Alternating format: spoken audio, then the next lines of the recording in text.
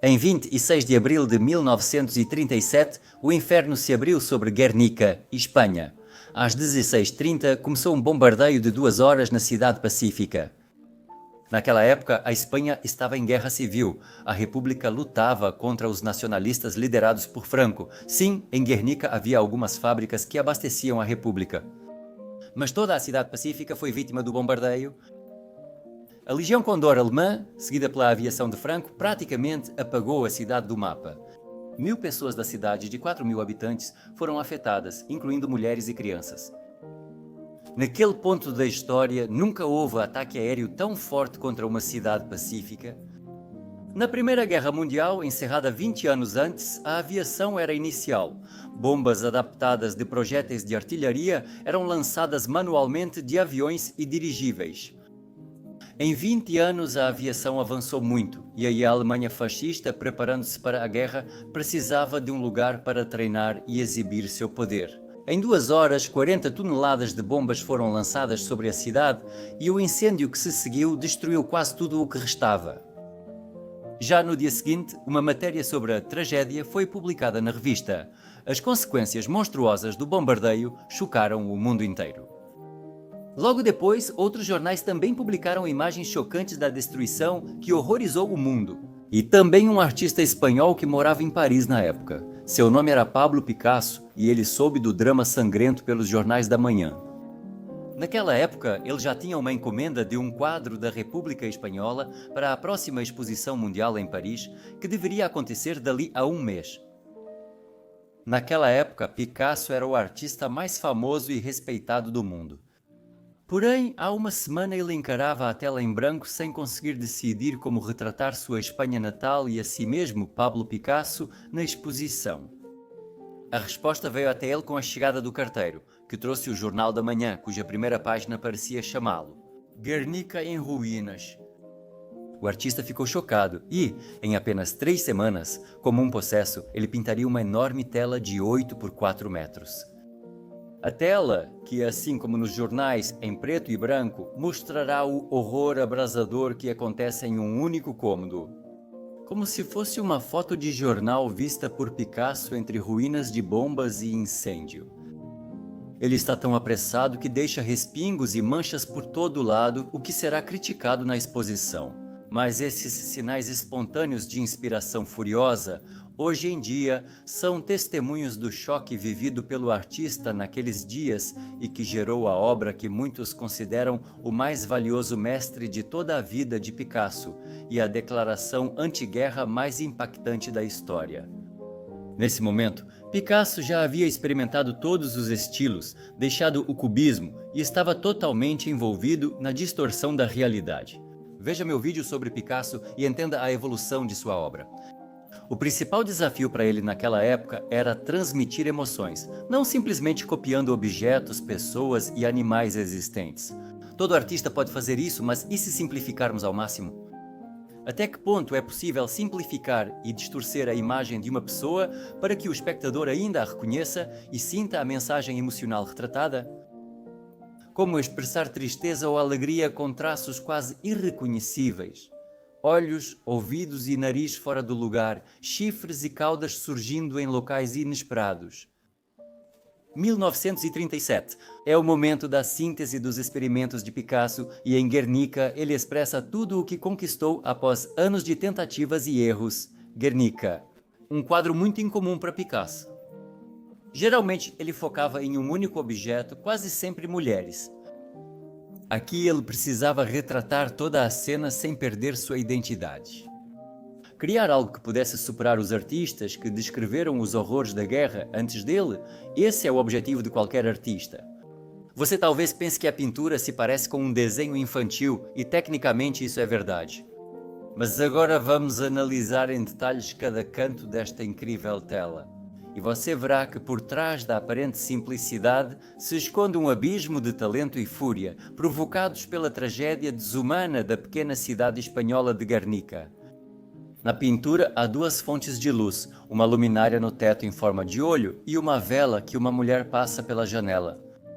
Mas veja, a luz em forma de triângulo cai sobre o cômodo não da lâmpada, mas da vela, pelo menos parcialmente dissipando a escuridão total. A questão é que lâmpada em espanhol é bombilha, o que nos indica de forma inequívoca um bombardeio.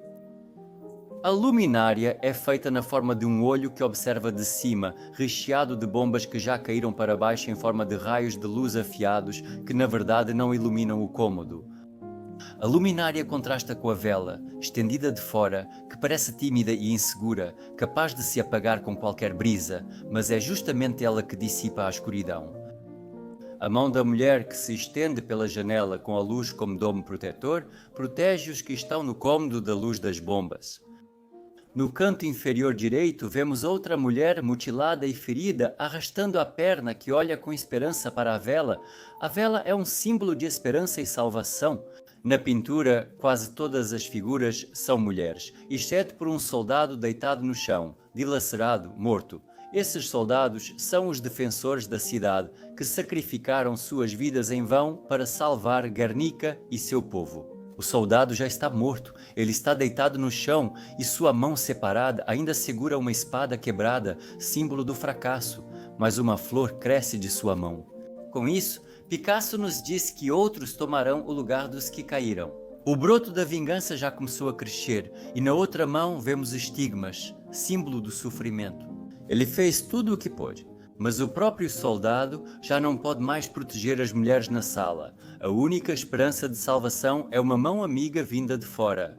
Cidades pacíficas precisam de proteção, nos diz Picasso, e só a humanidade e a esperança com rosto feminino podem nos salvar do horror iminente do fascismo. À direita vemos outra mulher em uma casa em chamas, talvez uma das imagens mais fortes da pintura. A mulher não consegue sair, estende os braços ao céu em desamparo, seus gritos e olhos em lágrimas expressam sofrimento. Veja só que técnica simples e ao mesmo tempo tão eficaz. Isso não aconteceria se Pablo Picasso pintasse de forma mais realista, olhos em lágrimas e todos entendemos. O incêndio que tomou conta de Guernica após o bombardeio tirou ainda mais vidas do que o próprio ataque. Imagine pessoas queimando presas vivas em suas próprias casas. Uma morte horrível e absurda de pessoas que 5 minutos antes faziam planos para o futuro, riam, preparavam o almoço ou faziam amor. As mulheres nesta pintura simbolizam inocência, desespero e desamparo, tudo que a humanidade deveria proteger, não destruir. À esquerda, outra mulher segura uma criança morta nos braços. E vemos que a mãe, incapaz de soltar o corpo sem vida, uiva para o céu de tanta tristeza e dor. Sua língua afiada, como um espinho, é um grito que atravessa o espaço. Na verdade, essa pintura grita, vibra e lamenta. E essa mulher com a criança nos braços é uma acusação severa e implacável contra a guerra, os assassinos, a violência, que não distingue quem está certo ou errado. A mulher com lágrimas nos olhos e o filho morto nos braços é o inevitável resultado de toda a guerra. Mas Picasso não foi o primeiro a usar essas imagens. Exatamente 300 anos antes disso, Peter Paul Rubens, em 1639, criou a pintura Os Horrores da Guerra. E vamos ver o quanto as imagens são semelhantes e o quanto a maneira de representá-las mudou. Olhem aqui. Também vemos uma cena de guerra, onde as mulheres personificam a população civil e os homens representam a guerra. Aqui está uma mulher levantando as mãos para o céu, aqui está uma tocha, uma vela nas mãos do defensor, aqui está um soldado caído com uma espada na mão, aqui está uma mulher alcançando a luz e aqui está uma mãe escondendo seu filho. É surpreendente, mas 300 anos não mudaram em nada o pior que a guerra traz consigo, só mudou a forma de matar. E os artistas mudaram. Mas será que a pintura de Picasso nos impacta menos? Será que seus gritos soam mais baixos? Mas há um participante sinistro desse massacre que não encontramos na pintura de Rubens. É o touro que Picasso colocou no canto superior esquerdo. O touro é o único participante da cena que olha diretamente para nós com indiferença, sem se importar com o que está acontecendo. Sua cauda se assemelha à fumaça, seus olhos parecem humanos. E à direita está seu oposto, o cavalo, que parece estar entrelaçado no tecido do caos e da dor. Os estudiosos de arte discutem sobre o que esses dois animais significam. A maioria concorda que eles simbolizam a vida e a morte. O touro simboliza a morte ou fascismo, o cavalo vida. O próprio Picasso dizia: este touro é só um touro e este cavalo é só um cavalo. Se vocês veem certos significados em objetos das minhas pinturas, talvez estejam certos, mas não sou eu quem os atribui. Por isso, eu acho que Picasso, que em sua obra frequentemente recorre à imagem do touro como o entretenimento mais cruel, espetacular e selvagem. Os espanhóis o colocaram aqui como uma parte inseparável da identidade espanhola. O cavalo provavelmente era só um cavalo ainda comum nas ruas europeias daquela época, mesmo com os automóveis. O cavalo, sugado para esse moedor de carne, virou parte da loucura caída do céu. Tudo se misturou, pessoas e cavalos. E ainda, se olharmos de perto, entre o touro e o cavalo, veremos uma pomba, símbolo da esperança. Ela é apenas parcialmente branca, suas asas são pretas, seu corpo é minúsculo, praticamente imperceptível, como uma esperança fantasmagórica de que logo a paz reinará na querida Espanha. E isso é quase uma profecia, porque o regime de Franco vai durar até 1975, por mais quase 30 anos. Mas foi exatamente nesse dia que o tirano lançou bombas pela primeira vez sobre seu próprio povo, com manchetes de jornal anunciando ao mundo sua própria desumanidade. São as linhas dos jornais passando na tela que trouxeram a descrição de um pesadelo inédito, letras que Picasso transformou em obra-prima. A pintura foi exibida em Paris, mas a maioria das pessoas não gostou. Os espectadores não entendiam o simbolismo, as linhas quebradas e o estilo de representação considerado simples demais. Um crítico escreveu que Guernica só via as costas dos visitantes. E o júri escolheu outra pintura, Aviões Negros, de Horácio Ferreira, feita de uma maneira mais tradicional e compreensível para o público. E veja, no fundo, aqui vemos a mesma mensagem: mulheres, idosos e crianças sofrendo com a guerra. Mas será que o artista conseguiria colocar na tela todo o simbolismo que Picasso colocou?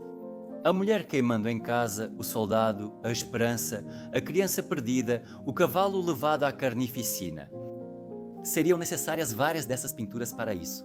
Apesar da imagem ter sido simplificada ao máximo, ela se tornou primitiva? Acho que compará-lo ao vencedor da exposição não o favorece. Agora sabemos que o tempo colocou tudo no lugar certo. Após a exposição, o quadro viajou pelo mundo como cartaz, ajudando a arrecadar fundos para a República. Por isso, era preciso remover a grande tela da moldura e enrolá-la sempre. Assim, Guernica percorreu o mundo, conquistando admiradores e tornando-se a declaração anti-guerra mais impactante. Quando os fascistas tomaram Paris, eles foram até o ateliê de Picasso, onde havia uma foto de Guernica pendurada na parede. "Foi você que fez isso?" perguntaram, apontando a foto. "Não, foram vocês que fizeram isso", respondeu o artista.